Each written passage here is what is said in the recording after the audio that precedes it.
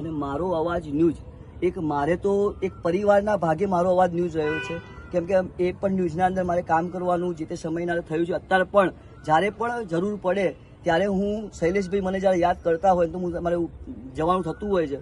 તો આજે શૈલેષભાઈને એક એમડી તરીકે મારી એક રિક્વેસ્ટ મારી એવી છે કે આપ એક વડનગરની એક એવી મારા અવાજની વસ્તુ કે હું તમને એ રિક્વેસ્ટ કરવા માંગુ છું કે જેટલા મંદિર છે, જેમ તમે ઉજ્જૈનમાં જાઓ તો શિપ્રા નદી, દરેક મંદિરના કાંઠે શિપ્રા નદી વસે છે. તો ઉજ્જૈન વડનગરની પણ ભૂમિ, કાશી, ઉજ્જૈન અને વડનગરની ભૂમિ, ત્રણ ભૂમિના એક મૃત્યુલોકની એક ભૂમિ પણ કહેવામાં આવે છે કે આરાધ્ય દેવ મહાદેવની ભૂમિ. તો હું એવું કહેવા માંગુ છું કે જેટલા તલાવ છે એ તલાવના અંદર સારી રીતના સફાઈ થાય. સફાઈના અંદર આપણે અત્યારે જોઈએ છીએ, તમે તલાવના અંદર આપણે અત્યારે વિડીયો કેવા લેતા નહીં, પણ હું શૈલેષભાઈને કહું છું કે કાલે એમની ટીમના જોડેથી વિડીયો લેવડાવજો. આ તલાવના અંદર તમે જુઓ કેટલું પણ પ્લાસ્ટિક નાખવામાં આવે છે, દારૂની બાટલીઓ નાખવામાં આવે છે, ક્યાંથી આવે છે, કેવી રીતના આવે છે ખબર નહીં.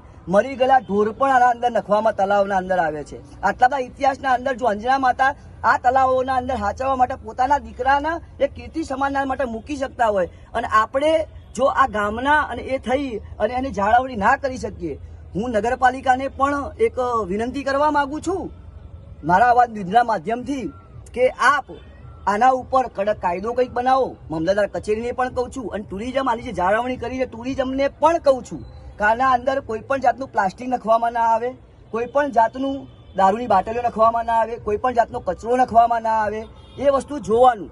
કેમ કે આજે એટલું યાદ રાખજો કે ગમે તાર હવે છેલ્લે અહીંનો જે પ્રલય જ્યારે આવશે, ઇતિહાસ એવું કહે છે કે જ્યારે પ્રલય જ્યારે આવશે, ભગવાનનો ઇતિહાસ એવું કહે છે, તો જલનો જ પ્રલય આવશે, જલ જ અહીંયા ખતમ થઈ જશે.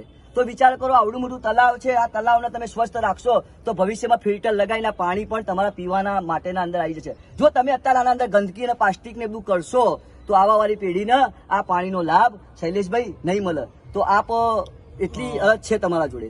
હા, તો રાજુભાઈ આ સાથે વાત થઈ. શર્મિષ્ઠા તળાવની અંદર જે ગંદકી છે, શર્મિષ્ઠા તળાવ એટલે વડનગરની શોભા ગણવામાં આવે છે, અને આ ઇતિહાસ છે જે શર્મિષ્ઠા તળાવ આખા દેશ વિદેશના લોકો શર્મિષ્ઠા તળાવના ઇતિહાસ જાણવા માટે લોકો આવતા હોય છે. તેમ છતાં રાજુભાઈએ જણાવ્યા મુજબ એમને જે નગરપાલિકાના વહીવટી તંત્ર ઉપર જે આક્ષેપો કર્યા છે કે એ આની જાળવણી કરતું નથી, આની અંદર દારૂની બોટલો, ગોદરા એવી ગંદકીથી ભરેલું આ તળાવ છે અને આની સાફ સફાઈ કરવામાં આવતી નથી. એના માટે જવાબદાર અધિકારીઓ પર સરકારે પણ કડકમાં કડક કાર્યવાહી કરવી જોઈએ, અને આવા ઐતિહાસિક તળાવને એટલું સુંદર બનાવવું જોઈએ કે લોકો દેશ વિદેશના લોકો આવે તો મોદી સાહેબનું નામ રોશન કરીને જાય. મોદી સાહેબનું નામ ખરાબ કરીને ના જવા જોઈએ, કારણ કે મોદી સાહેબ આજે વડનગરની અંદર જે કામો આપ્યા છે, તમે જોઈ શકો છો કે દેશ વિદેશના લોકો પર્યટકો વડનગરની અંદર આવે છે, અને એમાં ખાસ કરીને શર્મિષ્ઠા જોવા માટે પણ આવે છે. અને અહીંયા જ આવી ગંદકીના દરવાજાના લોક લગાવવામાં આવ્યા હોય એ એક વડનગર માટે શરમજનક વાત છે. તો આજે વડનગરના રાજકીય નેતાઓએ આ 100% ધ્યાન લેવું જોઈએ અને આવા ગેટના દરવાજા તારા ખોલાવવા જોઈએ.